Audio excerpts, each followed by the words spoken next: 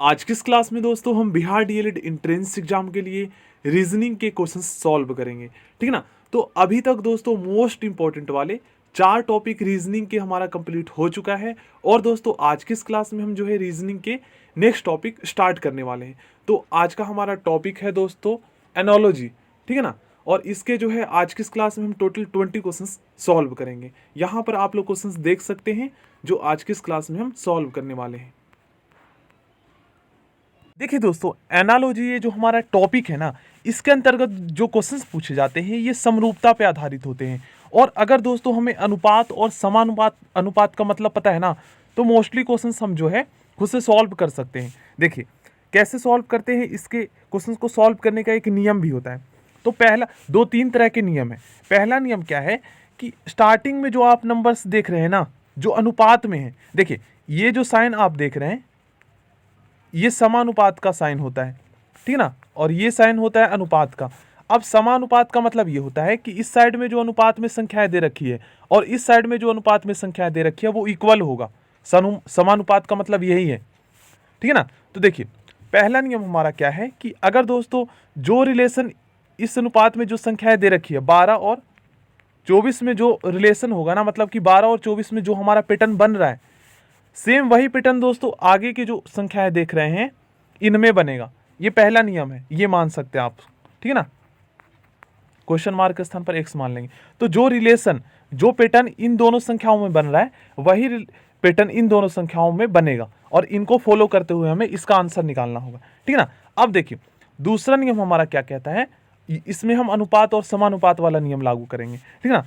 तो समानुपात वाला नियम हमारा क्या कहता है कि दोस्तों समानुपात में क्या होता है ना कि ये दोनों इन दोनों संख्याओं को जो यहाँ पर आप लोग देख रहे हैं अंदर की जो संख्या है ये, इन दोनों को जब आप मल्टीप्लाई करेंगे ना, और इन दोनों को बाहर की जो संख्या इन दोनों को जब आप मल्टीप्लाई करेंगे तो ये दोनों इक्वल होगा। ठीक है ना। जैसे देखिए आप क्या कीजिए, 12 गुने में क्वेश्चन मार्क के स्थान पर एक्स मान लीजिए। ठीक है ना। और समानुपात का मतलब क्या होता है आप सभी जानते हैं, बराबर होता है ना। दोनों अनुपात जो है बराबर है। तो आप दो तरीके से कर सकते हैं, देखिए समझिए आप लोग अभी।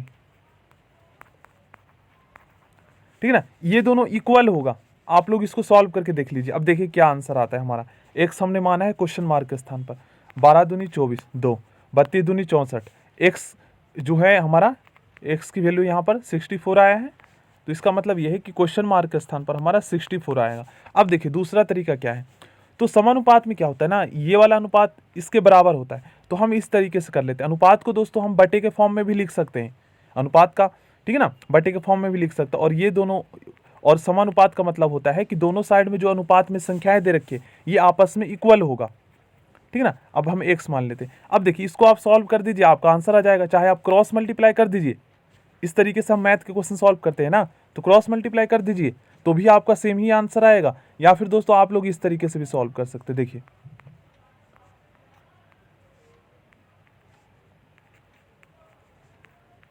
देखिए 12 कम 12, 12 दूनी 24, 2 हो गया। क्रॉस मल्टीप्लाई कर दीजिए, एक्स बराबर में 32 दूनी 64, आपका आंसर आ गया।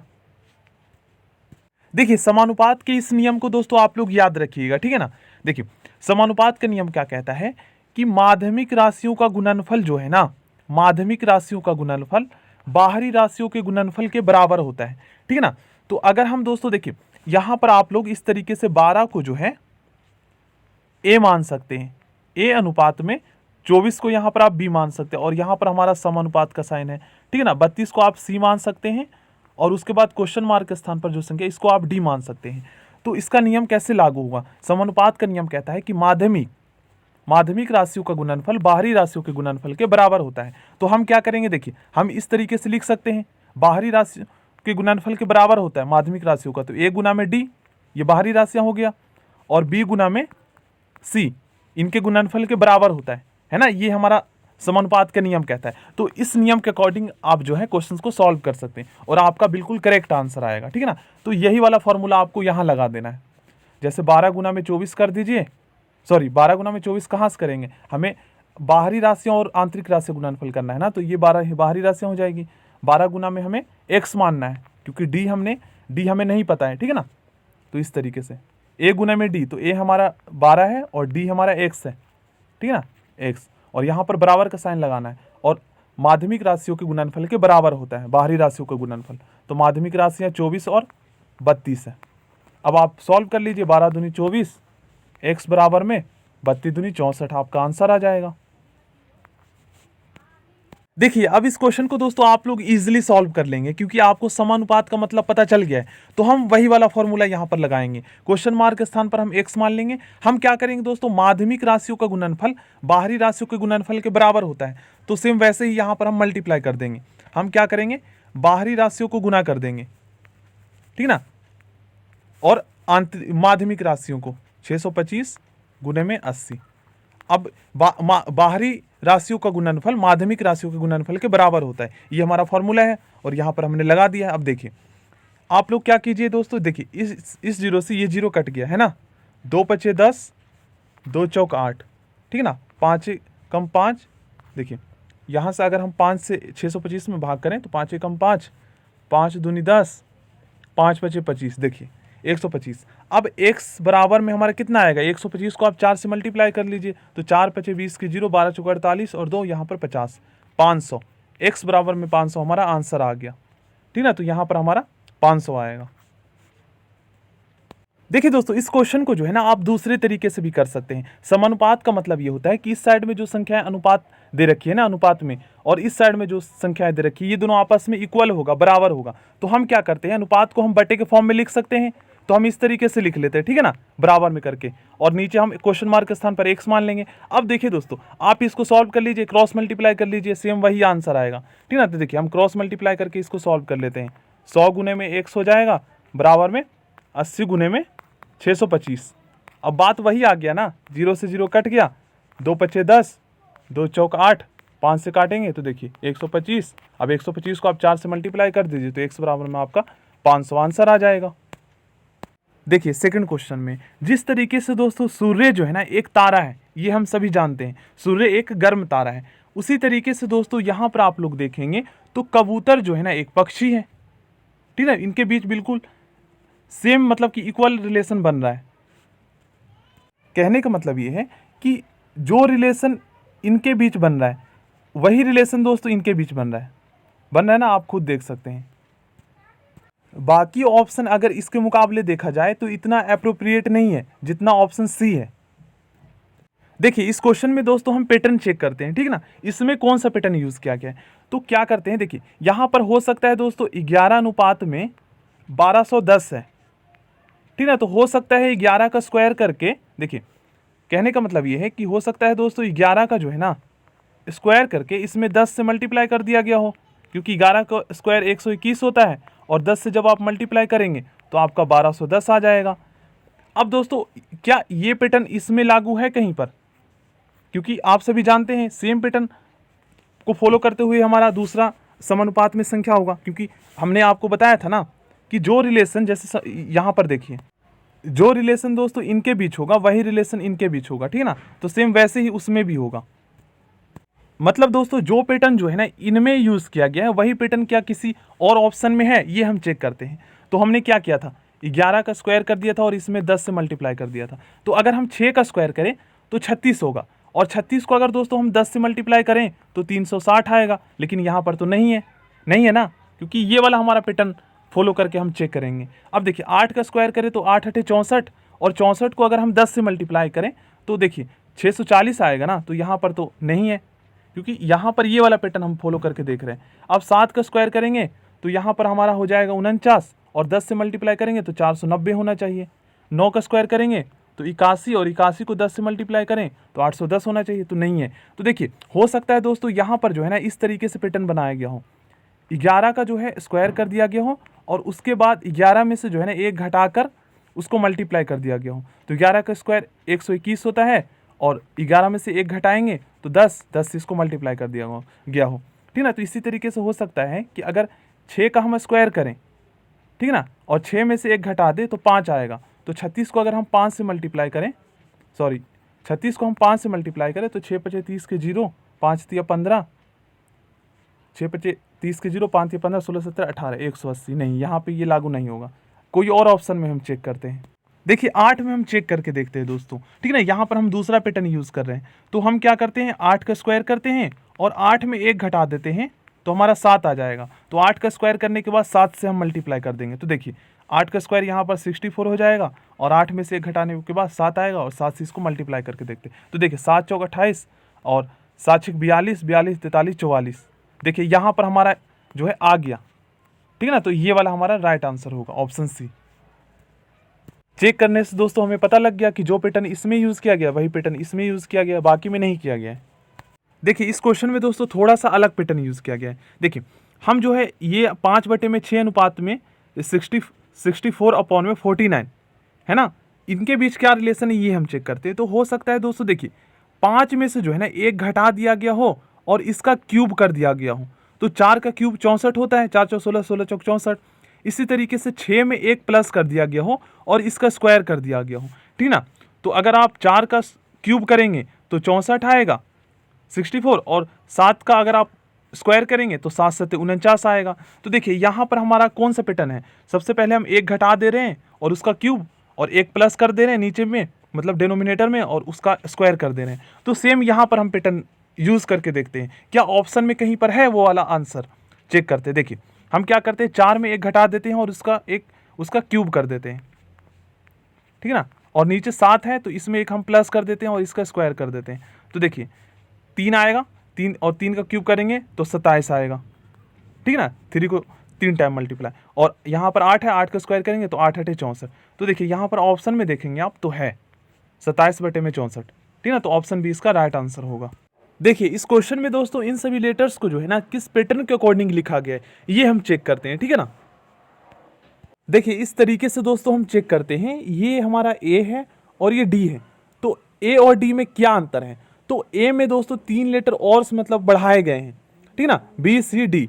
इसी तरीके से अगर आप देखें तो हम चेक करते हैं सी और एफ में क्या अंतर है। तो सी के बाद देखेंगे आप तो 3 लेटर्स यहाँ पर बढ़ाए गए, डी ई एफ, है ना। यहाँ पर सी और एफ में अंतर है तो देखिए 3 लेटर्स बढ़ाए। इसी तरीके से ई और एच में क्या अंतर है, तो ई के बाद देखेंगे तो एफ जी एच 3 लेटर्स यहाँ पर भी बढ़ रहे हैं, है ना। इसी तरीके से जी और जे में क्या अंतर है, तो देखिए ये जी है, इसके बाद 3 लेटर्स 1 2 3, है ना। इस तरीके से मतलब 3 का यहाँ पर हमारा पैटर्न बना है। इस तरीके से हम कह सकते हैं कि इनमें 3 प्लस किया गया है। तो इसी तरीके से दोस्तों यहाँ पर क्वेश्चन मार्क के स्थान पर हमारी ऐसे लेटर्स होंगे 4 ऐसे लेटर्स होंगे जिनको बढ़ाने पर जो है यहाँ पर हमारा जेड एक्स वी और टी आया है। तो हम क्या करेंगे, देखिए जेड में 3 घटा देंगे 3 लेटर्स तो हमें पता चल जाएगा क्योंकि प्लस किया गया है ना। तो देखिए वाई एक्स और डब्लू, देखिए यहाँ पर हमारा डब्लू आएगा, पहला लेटर हमारा डब्लू से स्टार्ट होगा। हम ऑप्शन में चेक भी कर सकते हैं। उसके बाद एक्स से पहले 3 लेटर, एक्स के बाद 3 लेटर, है ना, सॉरी पहले 3 लेटर, तो डब्लू भी और यू होगा, ठीक है ना। उसके बाद भी से पहले 3 लेटर, तो भी से पहले 3 लेटर यू टी एस होगा, ठीक है ना। उसके बाद टी से पहले 3 लेटर तो एस आर क्यू, है ना। देखिए तो यहाँ पर आप लोग देखेंगे तो हमारा इसका राइट आंसर ऑप्शन ए होगा। देखिए इस क्वेश्चन में दोस्तों हम समानुपात वाला फॉर्मूला लगा सकते हैं। माध्यमिक राशियों का गुणनफल जो है ना बाहरी राशियों के गुणनफल के बराबर होता है, ठीक है ना, ये हमें पता है। तो देखिए 5 गुने में क्वेश्चन मार्क के स्थान पर x मान लेंगे, बराबर होता है माध्यमिक मतलब कि आंतरिक राशियों का गुणनफल, तो 25 गुने में 10। अब क्या कीजिए आप x यहीं रहने दीजिए, 5 यहाँ पर मल्टीप्लाई हो रहा है तो बराबर की साइड जब आप लेकर जाएंगे तो ये भाग में चेंज हो जाएगा, ठीक ना। तो इसको आप बटे में लिख सकते हैं इस तरीके से, 5 × 5 = 25 और 5 × 10 = 50, तो x बराबर में 50 इसका आंसर आ जाएगा, ठीक है ना, ऑप्शन बी। आप इस तरीके से भी चेक कर सकते हैं क्योंकि हम सभी जानते हैं अनुपात को हम बटे में भी लिख सकते हैं, और समानुपात का मतलब होता है कि दोनों तरफ का जो अनुपात है ना वो बराबर है, ठीक है ना, समान है मतलब बराबर है। अब 10 बटे में नीचे हम x मान लेंगे। अब देखिए इसको आप सॉल्व कर दीजिए, क्रॉस मल्टीप्लाई कर दीजिए या आप इस तरीके से कैंसिल कर दीजिए, 5 × 5 5 × 5 = 25, ठीक ना। ऐसे भी आप करेंगे तो देखिए 10 × 5 = 50 आएगा, x बराबर में 50 आंसर। देखिए इस क्वेश्चन में दोस्तों सेम वैसे ही करेंगे हम, आप 2 तरीके से कर सकते हैं, ठीक है ना, अनुपात में भी कर सकते हैं या फिर जो है आप माध्यमिक राशियों का गुणनफल बराबर में बाहरी राशियों का गुणनफल, इस तरीके से बाहरी राशियों का गुणनफल 13 गुना में x बराबर में आंतरिक राशियाँ या माध्यमिक 91 गुना में 7। अब देखिए x यहीं रहने दीजिए, 13 इधर भाग में चला जाएगा, या डायरेक्ट आप काट दीजिए, 13 से 91 है ना। और उसके बाद दोस्तों देखिए 7 से 49, तो x बराबर में 49 हमारा आंसर आ जाएगा। अब देखिए दोस्तों, इस बात को भी आपको ध्यान में रखना है कि हर जगह समानुपात वाला नियम लागू नहीं होगा। अब देखिए यहाँ पर जो यहाँ पर जो संख्याएं अनुपात में है ना, इस साइड में और इस साइड में, तो यहाँ पर हमारा पैटर्न कुछ अलग बन रहा है। देखिए अगर हम दोस्तों 14 को 3 से मल्टीप्लाई कर दें तो 42 आएगा। अब हम इसमें क्या प्लस करें जिससे हमारा 44 आ जाए है ना, तो 2 हम प्लस कर देते हैं, तो देखिए हमारा यहाँ पर 44 आ रहा है। इसी तरीके से दोस्तों सेम पैटर्न को फॉलो करते हुए जो है ना, हम इसको सॉल्व करके देखते हैं क्या हमारा ऑप्शन में कोई आंसर है, ठीक है ना। इस तरीके से तो हमने क्या किया था, 14 को 3 से मल्टीप्लाई किया था, तो इसी तरीके से हम 29 को 3 से मल्टीप्लाई करेंगे और 2 प्लस कर देंगे, ठीक है ना। देखिए ऑप्शन में है कहीं पर 29 को 3 से करेंगे तो 87 और प्लस में 2, देखिए 89 हमारा आंसर आ गया। इसका राइट आंसर ऑप्शन डी होगा। देखिए दोस्तों, इस क्वेश्चन में थोड़ा सा एडवांस लेवल का पैटर्न यूज किया गया है। हम क्या करते हैं, देखिए हमें 28 लाना है, तो हम क्या करते हैं, 8 का जो है ना हम घनमूल निकाल देते हैं। तो जब आप 8 का घनमूल निकालेंगे तो आपका 2 आएगा ना, घनमूल निकालना मैंने सिखाया है। अब दोस्तों हम क्या करते हैं, इसमें एक प्लस कर देते हैं और फिर से इसका हम क्यूब कर देते हैं, तो 2 1 3 हो जाएगा, और 3 का क्यूब कितना होता है, 3 को आप 3 टाइम मल्टीप्लाई करेंगे तो 27, और 27 में दोस्तों हम 1 प्लस कर देते हैं, तो हमारा यहाँ पर आ जाएगा 28। इसी तरीके से जो है ना, इस वाले पैटर्न को फॉलो करते हुए हम इसको सॉल्व करते हैं, ठीक है ना, और देखते हैं कहीं पर ऑप्शन में है आंसर या नहीं है। तो हम क्या करते हैं, सबसे पहले 27 का जो है यहाँ पर घनमूल निकाल देते हैं, तो इसका आ जाएगा 3। अब 3 में हम एक प्लस कर देते हैं, जैसे यहाँ पर हमने किया, तो 4 हो जाएगा। 4 का हम क्यूब करेंगे तो 64 हो जाएगा, और 64 में जैसे यहाँ पर हमने एक प्लस किया है तो एक हमें प्लस कर देना है, तो देखिए 65 हमारा आंसर आ गया। और ऑप्शन में आप लोग देख सकते हैं। देखिए कौन सा लेटर दोस्तों किस स्थान पे आता है ये आपको याद कर लेना है, ठीक ना। एग्जाम में ये नहीं दिया रहेगा, ये यहाँ पर मैंने सॉल्व करने के लिए लगाया है। देखिए यहाँ पर दोस्तों हम चेक करते हैं इन सभी लेटर्स को जो है ना किस पैटर्न के आधार पर यहाँ पर जो है लिखा गया, ये हम चेक करते हैं। तो देखिए टी और यू, इनमें क्या अंतर है, तो टी के बाद यू, मतलब एक लेटर यहाँ पर प्लस किया गया। देखिए इस तरीके से हम लिख लेते हैं, प्लस किया गया। उसके बाद यू, मतलब यहाँ पर कोई भी प्लस नहीं किया गया, तो 0 हम यहाँ पर लगा देते हैं। उसके बाद ई और यहाँ पर एफ, तो एक लेटर यहाँ पर प्लस किया गया, देखिए प्लस में 1, ठीक है। इसी तरीके से यहाँ पर देखेंगे एस, कोई भी प्लस नहीं किया गया, 0। यहाँ पर हमारा पैटर्न बन रहा है, देखिए डी के बाद सी, मतलब यहाँ पर एक घटा दिया गया है, माइनस में 1, ठीक है ना। उसके बाद दोस्तों ए, मतलब यहाँ पर कोई भी नहीं लेटर बढ़ाया गया। उसके बाद वाई और एक्स, तो मतलब एक लेटर यहाँ पे घटा दिया गया है, ठीक है ना। अब देखिए ये जो पैटर्न यहाँ पे बन रहा है ना, सेम वैसे ही यहाँ पे हमें करना है। देखिए यहाँ पे हमें क्या करना है, देखिए एक प्लस किया गया तो एस के बाद हमारा क्या आता है, यहाँ पर हम चेक कर ले, एस के बाद टी आता है, ठीक है ना। तो टी आएगा यहाँ पर हमारा, एक प्लस किया। अब देखिए उसके बाद दोस्तों क्यू, यहाँ पर देखिए यहाँ पर क्यू में जो है यहाँ पर कोई भी लेटर प्लस नहीं होगा, क्यू का क्यू ही रहेगा, क्योंकि देखिए ये वाला हम पैटर्न फॉलो कर रहे हैं जो मैंने यहाँ पर लिखा है। तो क्यू का हम क्यू ही लिखेंगे, टी क्यू। उसके बाद यू, तो यू यहाँ पर एक प्लस किया गया था, इनमें प्लस किया गया था, तो यू के बाद यहाँ पर हमारा क्या आता है, वी। तो टी क्यू, ठीक है, ये क्यू है। उसके बाद भी, यू के बाद भी। उसके बाद दोस्तों देखिए यहाँ पर उसके बाद 4th नंबर पे कोई भी प्लस नहीं किया गया है, ठीक है, तो ए का ए ही रहेगा क्योंकि यहाँ पर 0 है, देखिए। उसके बाद माइनस, एक लेटर माइनस किया गया है, तो आर में एक माइनस हम कर देते हैं, तो आर से पहले क्यू आएगा, ठीक ना, क्यू। उसके बाद दोस्तों ई है, तो देखिए यहाँ पर ई में कोई भी मतलब बढ़ाया नहीं गया है लेटर, तो ई का हमारा जो है ई ही रहेगा, ठीक है ना।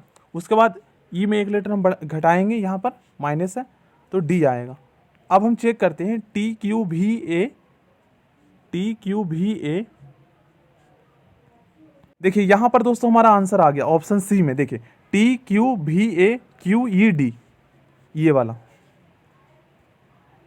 देखिए बहुत ही सिंपल क्वेश्चन है ये। यहाँ पर इनके बीच क्या रिलेशन है, तो इनके बीच रिलेशन ये है कि 12 जो है ना, 12 का स्क्वायर यहाँ पर 144 है ना। तो यहाँ पर कौन सी संख्या ऐसी होगी जिसका स्क्वायर यहाँ पर उनका जो है इस साइड में दिया होगा, यहाँ पर वो संख्या होगा और जिसका स्क्वायर करने पर हमारा यहाँ पर वह संख्या आ रहा होगा। तो 15 का स्क्वायर तो देखिए 225 होता है, जबकि ये नहीं है, ना ये है और ना ये है, क्योंकि 10 का स्क्वायर 100 होता है। तो देखिए 20 का स्क्वायर 400 होता है। तो ऑप्शन बी इसका राइट आंसर होगा, क्योंकि यहाँ पर हम रिलेशन चेक कर रहे हैं। इसका आंसर हमारा ऑप्शन सी हो जाएगा। देखिए, नाविक नाव चलाता है तो कैप्टन दोस्तों हवाई जहाज चलाता है। इसका राइट आंसर हमारा ऑप्शन बी हो जाएगा। देखिए, इस क्वेश्चन में दोस्तों हॉकी जो है एक खेल है, ठीक है ना, और ये स्टिक से खेला जाता है। तो इसी तरीके से क्रिकेट जो है यहाँ पर बल्ला से खेला जाता है, ठीक है ना। इस तरीके से रिलेशन हमें बताना है। इस क्वेश्चन का आंसर दोस्तों आप लोग बताएंगे कमेंट बॉक्स में। इस क्वेश्चन का आंसर भी दोस्तों आप लोग कमेंट बॉक्स में बताएंगे, ठीक है ना। और इस बात को आपको ध्यान में रखना है, एग्जाम में जो है ना इन अल्फ़ाबेट्स की जो क्रम संख्या नहीं दिया रहेगा, सॉरी लेटर्स के, ठीक है ना, इस बात को ध्यान में रखना, आपको याद करके जाना है। इस क्वेश्चन का भी आंसर दोस्तों आप लोग कमेंट बॉक्स में बताएंगे। देखिए, इनके बीच क्या रिलेशन है ये आप लोग चेक कर लीजिए, उसके बाद आपको पता लग जाएगा। थिएटर का जो अपोजिट होता है ना लाइब्रेट होता है, तो इसी तरीके से इनमें कौन सा ऐसा वर्ड है जिसका अपोजिट यहाँ पर दिया गया इस साइड में, ठीक है ना। तो आप लोग डिक्शनरी से चेक कीजिएगा। इस क्वेश्चन में हम चेक करते हैं कौन सा पैटर्न यूज़ किया गया है। तो हम क्या करते हैं ना, देखिए 27 का दोस्तों हम घनमूल निकाल लेते हैं। तो 27 का जब हम क्यूब रूट निकालेंगे तो हमारा 3 आएगा, और 3 में दोस्तों हम 2 प्लस कर देते हैं और फिर इसका हम क्यूब कर देते हैं। तो 5 का क्यूब कितना होगा, 5 का क्यूब दोस्तों हमारा 125 होगा। तो यहाँ पर हमारा 125 आया है, ठीक है ना।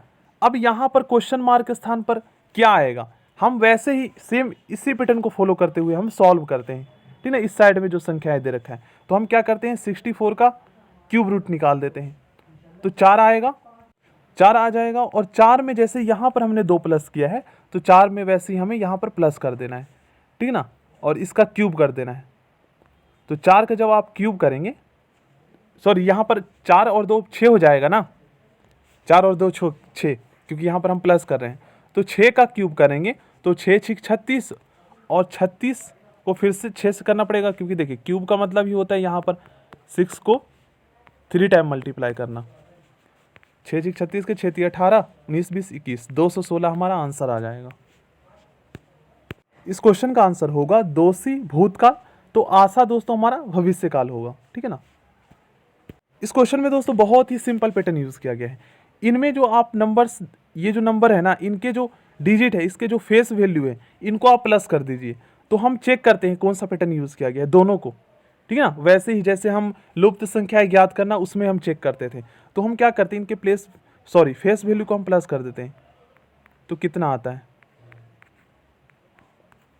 तो देखिए जब आप इसको प्लस करेंगे दोस्तों तो कितना आएगा, 5 और 1 6, 6 7, 7 और 2 9, और 9 और 9 18, देखिए 18 आ रहा है। अब इसको भी हम करते हैं, प्लस करके देखते हैं।